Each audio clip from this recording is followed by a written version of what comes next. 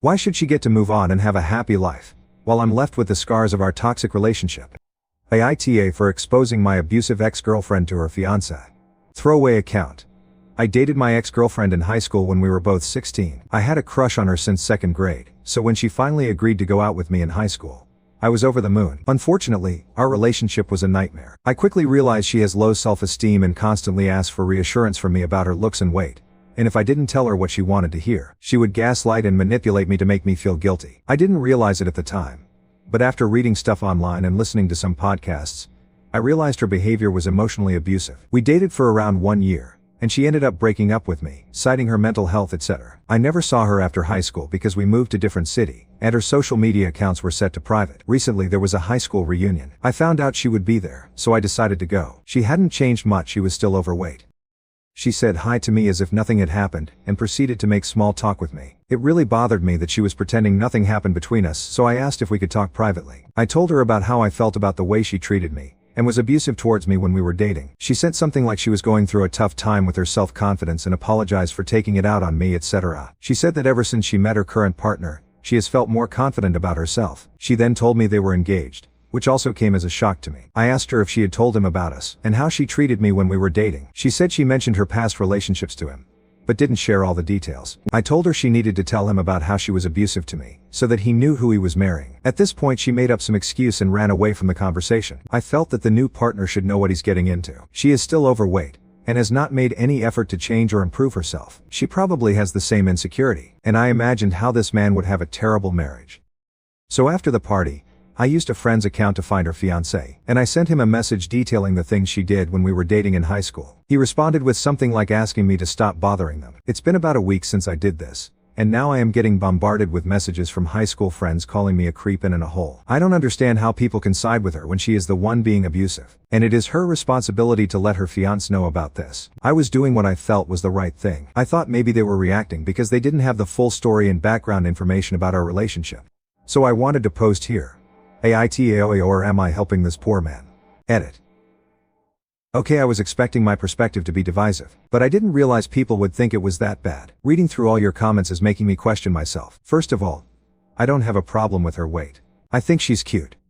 It may be true that I am hung up on her. She was my first and only long-term girlfriend. And no, I am not an Andrew Tate fan. I just saw some videos of him and thought they were interesting. I don't know that much about him. I do think I deserve more from her than an apology. And I did always think we would end up together once she worked on herself. I feel very frustrated about how things turned out. I am against therapy, so I won't do that. I might contact her again to see if she will talk to me. Maybe that will bring more closure. Even though it was mostly negative, I still appreciate the comments. Relevant comments. Excellent Magazine 84. How was she a Yusuf? OOP replied, for example, we were both into anime, and for my birthday, she bought me a poster of my favorite anime character at the time. She then proceeded to ask me if I thought she was prettier or a tuna, and, when I didn't tell her what she wanted to hear, she proceeded to cry. This is just one example. But it was constantly stuff like this, asking for reassurance about her looks and her weight, and throwing a tantrum if I was honest with her. Competitive Apple Pie asked, I think you're the actual problem here. Try giving us more examples. OOP replied, I don't think it was me. She had very strong reactions. For example, our first time with each other. I initially didn't want to do it. But she asked me if it's because she's overweight that I'm not wanting to do it. And I got upset, and cried because I rejected her. Then I felt pressured to do it with her.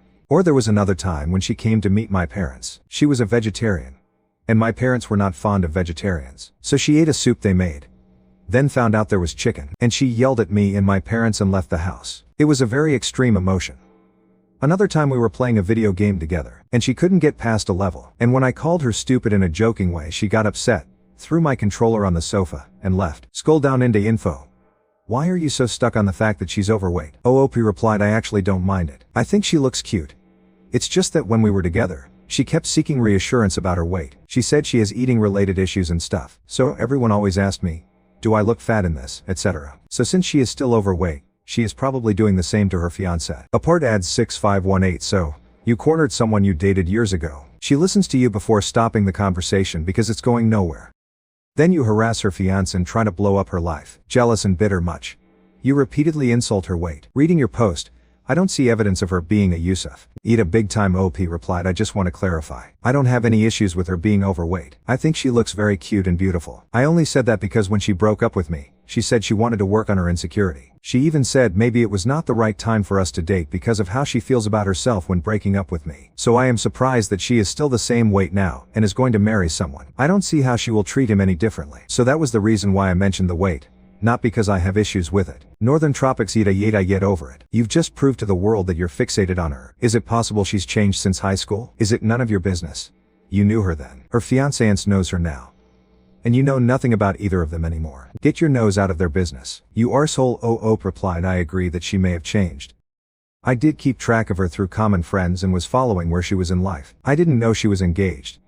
This came as a big shock to me. I feel that I know her better than her fiancés, since I have known her since we were 8. And even though we didn't speak since high school, I did get updates on her via mutual friends. I thought maybe if we tried again together as adults, we could have a better relationship this time. And if she apologized for being a youth and promised she would be better this time, I was willing to give her another chance. But I don't see any evidence about her having changed, so I wasn't sure. Otherwise, minute 261. What podcasts? Andrew Tate Smita. And you sound a Yuzi Vope. What's wrong with Andrew Tate? I think he has misunderstood Meyerwin 15. What's wrong with Andrew Tate? I think he is misunderstood. That's a wrap, folks. That's all we need to know about OP. 7's on her sleeve. Filed with. And it sounds like I don't really have a chance with her at the moment. OP updates the same post. Update, I just got done speaking to her. After the initial surge of comments here, I decided to contact her. I got her information from a friend and messaged her. She agreed to talk to me.